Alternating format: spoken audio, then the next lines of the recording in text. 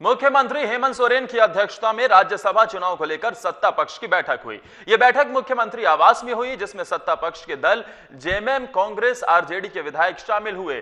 वहीं राज्यसभा चुनाव में कांग्रेस से खड़े दूसरे प्रत्याशी की जीत को लेकर बैठक में रणनीति बनी। साथ ही बीजेपी द्वारा बनाई गई रणनीति से निपटने पर चर्चा भी की गई।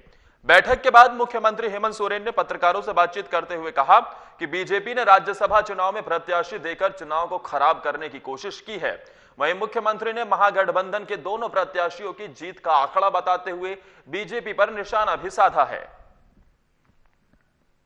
देखिए, राज्यसभा चुनाव है और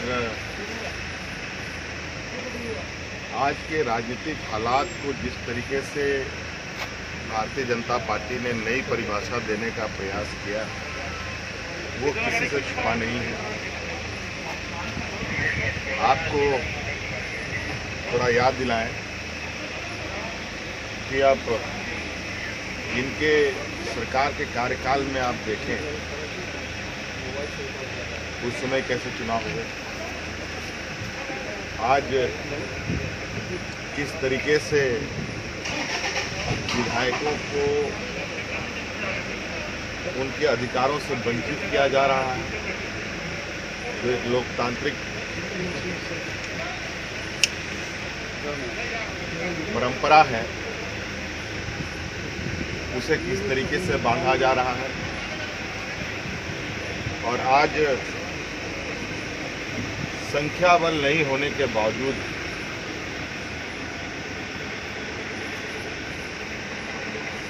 आज ये मैदान चुनाव है।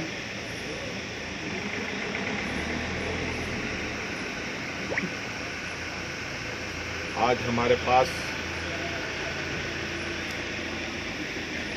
झारखंड मुक्ति मोर्चा, कांग्रेस, एनसीपी, आरजेडी, वाम दल,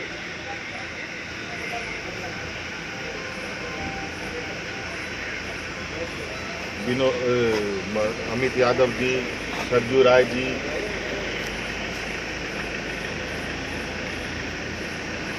ये सभी लोग, हम लोग लगातार और भी माननीय विधायक हैं, उनसे चर्चा करते हैं। आज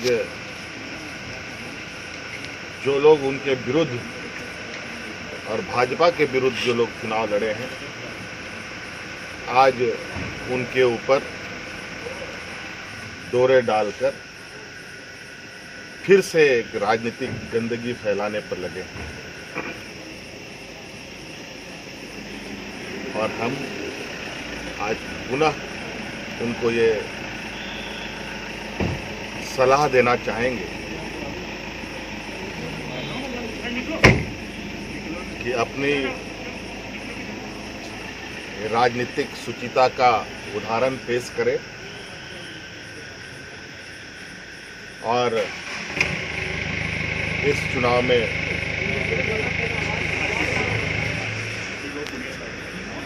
अपना निर्णय वो करें। हमारे पास संख्या बल है और निश्चित रूप से चुनाव महागठबंधन के पक्ष में। सुदेश जी से आप कल मिले थे, सुदेश जी एनडीए की बैठक में वहाँ शामिल थे आज, और वो कह रहे थे कि उनका वोट जो है वो बीजेपी उम्मीदवार के पक्ष में जाएगा।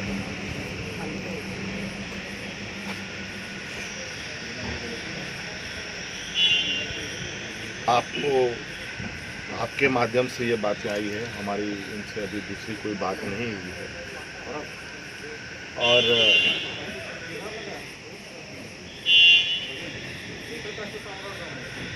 ये बातें अभी और चलेंगी, अभी समय बीतने दीजिए। बहुत सारे नई चीज़ें आपको देखने को मिलेंगी और मुझे लगता है अभी के हालात में समय के साथ हम लोग आगे बढ़ेंगे। सर, जिस तरीके से एक तरह से विधायकों को रखा गया है, जिस तरीके से विधायकों बीजेपी इस बात को समझ रही, इसलिए डरी हुई है, आपको लगता है? तो आंकड़े उनके पक्ष में, उनके विधायक देखिए, जिनके मन में चोर है उनको तो हमेशा से डर रहता है। सर लेकिन जिस तरीके से एक तरह से विधायकों को रखा गया है, वो तो अभी जो नियम है सोशल डिस्टेंसिंग, आज वो क्रिकेट खेल रहे थे ग्राउंड के भीतर सारे विधायक एक साथ में, यूनिवर्सिटीज तो राज्य सरकार क्या इस पर कोई उस पर कड़ी नजर है और वो कानून के विरुद्ध है, कार्रवाई भी हो। और हमारे साथ राज्य से हमारे वरिष्ठ सहयोगी राजीव रंजन फोनलाइन पर जुड़ गए। राजीव, राज्यसभा चुनाव को खराब करने का काम कांग्रेस ने किया है या बीजेपी ने? देखिए, खराब करने का नहीं, बल्कि ये तो लोकतंत्र का नियम है कि कोई भी दल प्रत्याशी दे सकता है। ये खुलेआम ऐसा कहा गया है संविधान में, तो उसी के अनुसार दलों ने प्रत्याशी दिया, अपनी अपनी जीत का दावा कर रहे हैं। लेकिन आप देखेंगे कि जो ये आंकड़ा है, आंकड़े की अगर बात करें तो आंकड़ा जो दिखाई दे रहा है वो सिर्फ और सिर्फ जेएमएम के पास है। बाकी जितने भी दल हैं उनके पास खुद का अगर देखें तो जो जरूरी आंकड़ा चाहिए वो नहीं है। तो ऐसे में जोड़ तोड़ की राजनीति जो झारखंड में हमेशा से चलती आई है और हमेशा से उलटफेर होते रहा है, इसी भरोसे कांग्रेस ने भी कैंडिडेट दिया था। लेकिन चूंकि भाजपा के पास जो बहुमत के लिए आंकड़ा चाहिए उससे कुछ ही वोट कम है, तो भाजपा ने भी इसी नाते अपना जो प्रत्याशी है वो दिया है। अब भाजपा के साथ जब आजसू ने इस बात को लेकर ऐलान कर दिया है कि भाजपा के साथ हो जाएगा, भाजपा के जो प्रत्याशी है उनको वोट करेगा, तो भाजपा के पास अब श्योर दिख रहा है कि एक सीट भाजपा को निकल जाएगा। लेकिन चूंकि कई दफा ऐसे होते हैं कि विधायकों का वोट अवैध करार हो जाता है, कुछ विधायकों का, कोई विधायक नहीं पहुंच पाते हैं, तो इसको देखते हुए ये अंदाजा लगाया जा सकता है कि कांग्रेस को भी इसका फायदा मिल सकता है और कांग्रेस भी इस दिशा में जोड़ तोड़ कर रही है। पूरा जो यूपीए का गठबंधन है वो इस दिशा में जोड़ तोड़ में लगा हुआ है।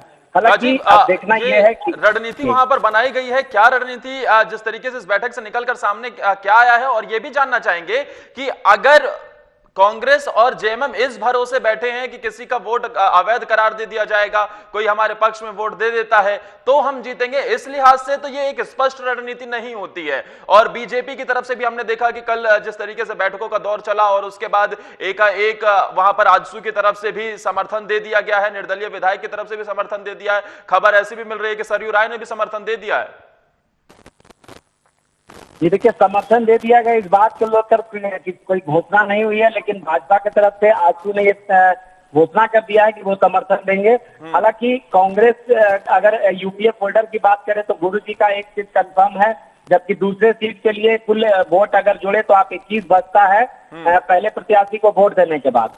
तो ऐसे में अगर वोटों का आप आंकड़ा देखें तो कुछ निर्दलीय जो है, चाहे आप माले की बात करें या एनसीपी की बात करें, तो ये वोट यूपीए फोल्डर में जा सकता है। लेकिन मुख्यमंत्री ने कल जिस तरह से भरोसा जताया है कि जल जंगल जमीन की पार्टी है यूपीए जो है, और इसके साथ जो झारखंड के जुड़े लोग हैं, झारखंड के जुड़े दल हैं और झारखंड से जुड़े जो विधायक है वो साथ आएंगे, और इसी भरोसे के साथ यूपीए के दोनों प्रत्याशी की जीत होगी। जी शुक्रिया राजीव, तमाम जानकारी देने के लिए आपका।